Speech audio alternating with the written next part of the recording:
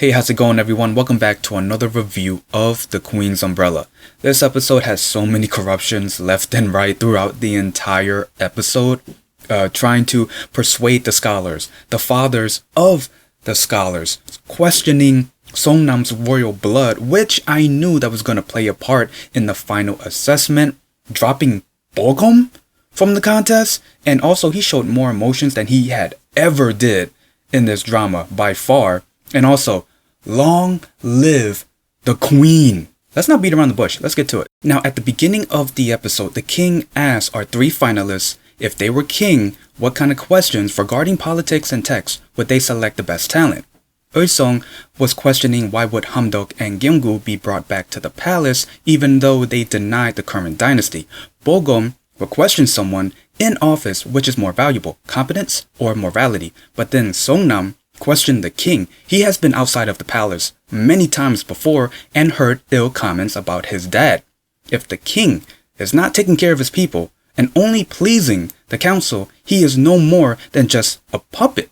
That scene alone definitely put Songnam in the spotlight to be a future king, and if you've seen the episode already, he wins. So you got the princes doing what they gotta do, but then for the adults, they were doing what they gotta do. I mean, you got the Ministry of War and Wonhyung trying to persuade the fathers of the councils with threats and land and government positions just to persuade their sons, just to support a certain prince. I'll give you one example.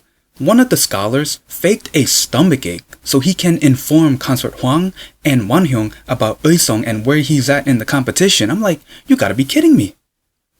This was my reaction watching this entire episode. Then the queen finds out about these note passings to the scholars and stated that no one is going to be held responsible. It doesn't matter who sent them and who's receiving them.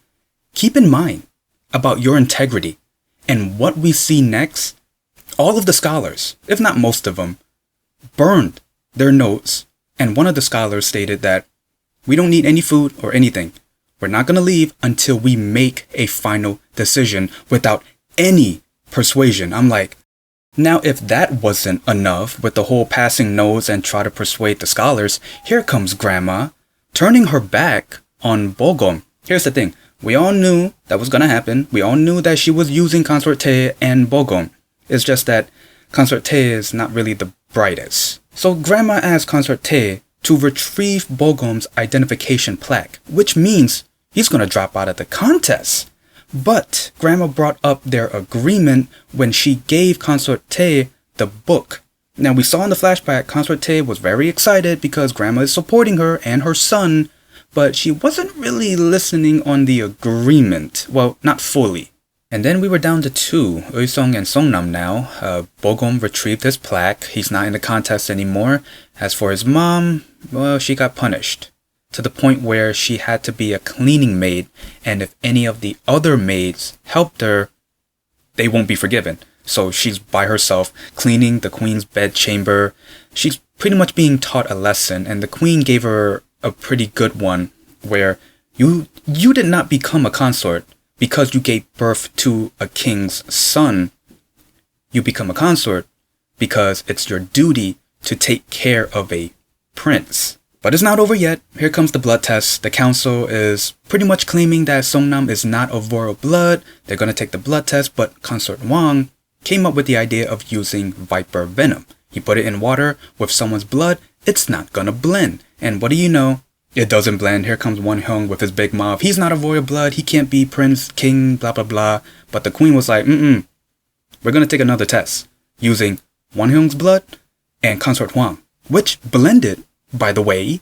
And then we have the ear test. For some reason, when Grandma checked Eusong's ear, she looked at Consort Hwang, who looked nervous, and she was like, yep, they all have the same bump on their ears. I'm like, somebody might want to check his ear again. But with all that BS happening, persuasion, corruption, threats, blood, Songnam won the competition. He is now the crown prince. But, another but, Eusong advised that his mom and Wonhyung do whatever it takes to take down Songnam from his position. And man, that's gonna be ugly.